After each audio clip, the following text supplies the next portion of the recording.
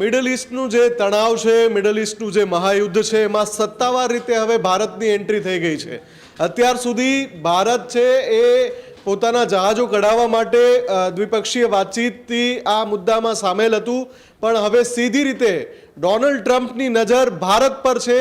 ભારતની જે સામરિક તાકાત છે, સૈન્ય શક્તિ છે, એના પર ટ્રમ્પની નજર છે. એટલા માટે કેમ કે જ્યારે યુરોપીય રાષ્ટ્રો ટ્રમ્પનો સાથ નથી આપી રહ્યા, નાટો દેશ પીછેહટ કરી રહ્યા છે, એવા સમયે ટ્રમ્પે ભારત તરફ નજર કરીને કહ્યું છે કે હોર્મુઝ સંપૂર્ણપણે ખોલાવવા માટે ભારત પોતાની સેના મોકલે. આ ખૂબ જ મોટી વાત છે કે અમેરિકા ભારતને આગ્રહ કરે કે તમે હોર્મુઝ ખોલાવવા માટે તમારી સેનાને મોકલો. આમાં એક સંયુક્ત સેના મોકલવાનો ટ્રમ્પનો પ્લાન છે, જે અગાઉ જે જૂનો પ્લાન હતો કે ભાઈ નાટો આવે અને હોર્મુઝ ખોલાવે, ત્યાં કારી ન ફાવી ટ્રમ્પની, એટલે હવે અલગ અલગ દેશોને આગ્રહ કરી રહ્યા છે જેમની પાસે તાકતવર સેના છે અને અમેરિકા સાથે સારા સંબંધ છે. ભારતનું પણ એમાં નામ સામેલ છે. હવે આ બધાની વચ્ચે આપણે ન ભૂલવું જોઈએ કે જે ટ્રેડ ડીલ છે અમેરિકા સાથેની, એ 99% થઈ ગઈ છે, 1% માટે બાકી છે. અને એવા સમયે ટ્રમ્પ ભારતને આગ્રહ કરે છે કે ભાઈ તમારી સેના મોકલો.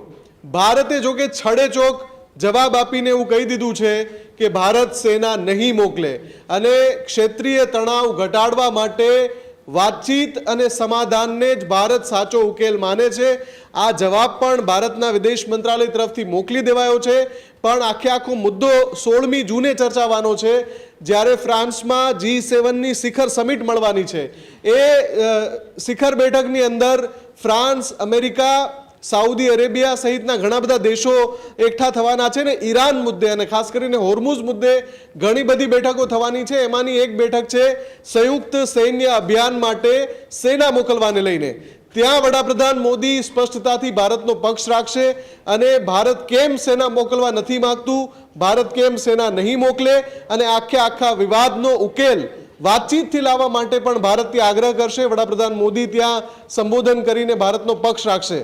પણ આખા વિષયમાં પહેલીવાર સત્તાવાર રીતે મિડલ ઈસ્ટનું જે યુદ્ધ છે એમાં ભારતની એન્ટ્રી થઈ ગઈ છે.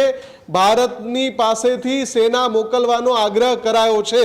હવે જે G7ની બેઠક મળે છે ત્યાં શું ચર્ચાઓ થાય છે અને શું નિષ્કર્ષ નીકળે છે એના પર નજર રહેશે. હજુ સુધી તમે અમારી ચેનલને સબસ્ક્રાઇબ નથી કરી તો અત્યારે જ ન્યૂઝરૂમ ગુજરાતને સબસ્ક્રાઇબ કરો, ફેસબુક અને ઇન્સ્ટાગ્રામ પર ફોલો કરો.